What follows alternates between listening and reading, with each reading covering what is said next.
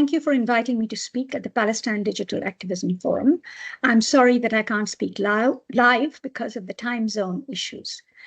Gaza raises serious concerns about genocide, ethnic cleansing, forced displacement, starvation, death, and destruction. So when the right to life itself is at risk, what significance does access to information or the freedom of expression have?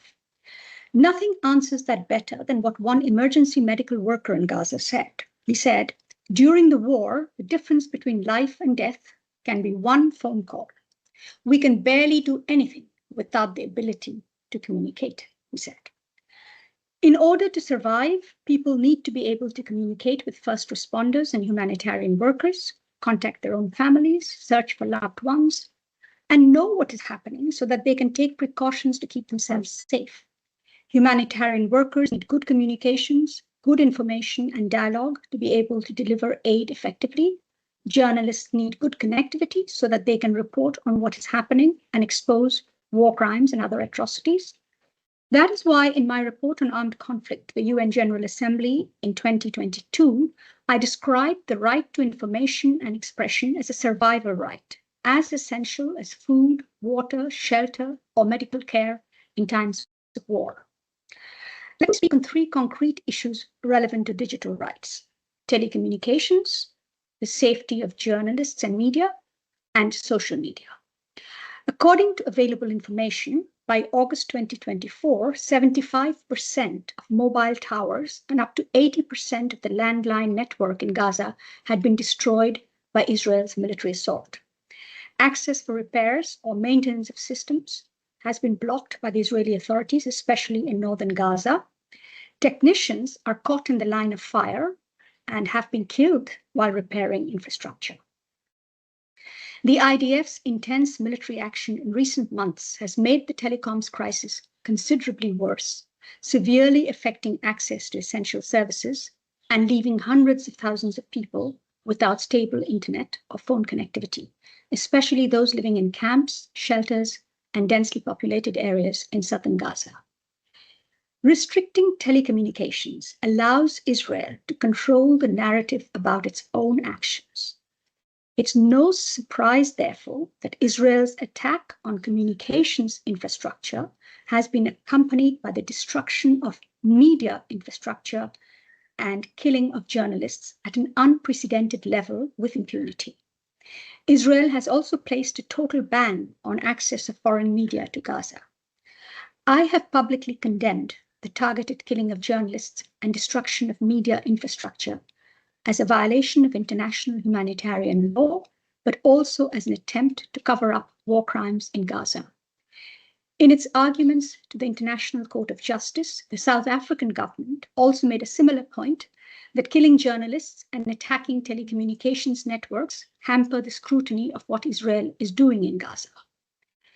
International humanitarian law protects journalists as civilians and considers media and communications infrastructure to be civilian objects, even if they are disseminating propaganda in support of war.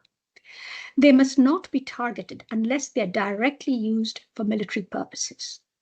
Although Israel has claimed that certain journalists killed or detained in Gaza were supporters of Hamas, it has failed to provide any substantive evidence, nor has it allowed any independent investigations.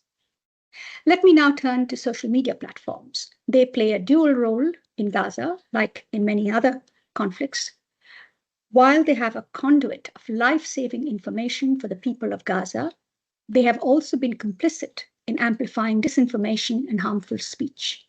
Some major platforms have muffled legitimate pro-Palestinian voices in the occupied territories and around the world, while allowing racist and other harmful speech against Palestinians to proliferate. Unbalanced content moderation seems to be the result of inherently biased policies, as well as heavy reliance on automated tools by the social media platforms. Companies are obliged to respect both human rights and international humanitarian law. If social media or telecoms companies are sufficiently linked through their operations to serious violations of international humanitarian law, they or their personnel can be held directly liable or complicit. So what should be done? What can be done? It's important to recognize, I think, that international human rights law and international humanitarian law apply concurrently in armed conflicts. The concurrent application is vital for the effective protection of the right to freedom of opinion and expression and access to information during conflicts. Human rights principles and standards can provide clarity and protection where international humanitarian law is silent, absent, or unclear. The concurrent application of the two legal regimes set very clear responsibilities for Israel and its allied states, as well as companies and non-state armed actors. In an age where chucking international law into the ditch seems to be a favorite pastime of some major powers, the rule-based order may not seem very relevant. But as human rights defenders, we must insist on accountability under the rule of international law. Our persistence on international law and human rights is more crucial than ever in these challenging times. As recommendations, let me say, firstly, we must promote the right to information and expression as a right that is vital for survival with dignity. That requires Israel to respect the civilian nature of communications and media infrastructure, which Israel has failed to do. It must be held to account. At a practical level, the international community, donors, and governments must insist in their negotiations for humanitarian assistance and aid to Gaza that Israel permits meaningful emergency connectivity and basic mobile services for the populations as well as the organizations. Secondly, targeting a journalist or media infrastructure or civilian comms infrastructure is a war crime. Israel must be held to account. This issue is with the International Criminal Court, and I hope human rights activists will continue to push for an end to impunity. There must be full, proper, independent investigations into all killings of journalists and human rights defenders. I encourage activists to lobby against attacks on telecommunications in the same way that you have done for internet shutdowns. We must also end the obstruction of attempts to rebuild the telco and comms infrastructure in Gaza and end attacks on the poor workers who are rebuilding the telecommunications. Thirdly, companies must uphold their obligations under human rights and humanitarian law regimes. They should exercise heightened due diligence in line with the heightened risks during conflicts and identify, assess, and mitigate against the actual or potential adverse human rights impacts. Social media platforms must uphold the principles of equality and non-discrimination, regardless of geography, race, or political context, or their own market share.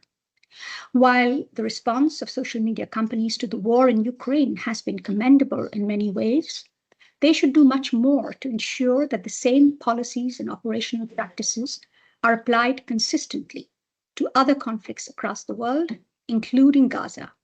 For example, in conflict-affected areas in Ukraine, telcos provided displaced persons with free communications tools and cloud services. Why could they not do the same in Gaza? Finally, civil society. Civil society has an important role to play through fearless advocacy and robust public pressure. Just as the arc of the moral universe is long but bends towards justice, the path to ending impunity and upholding human rights is strewn with many obstacles. But in the end, we will prevail if we exercise our people power. Thank you.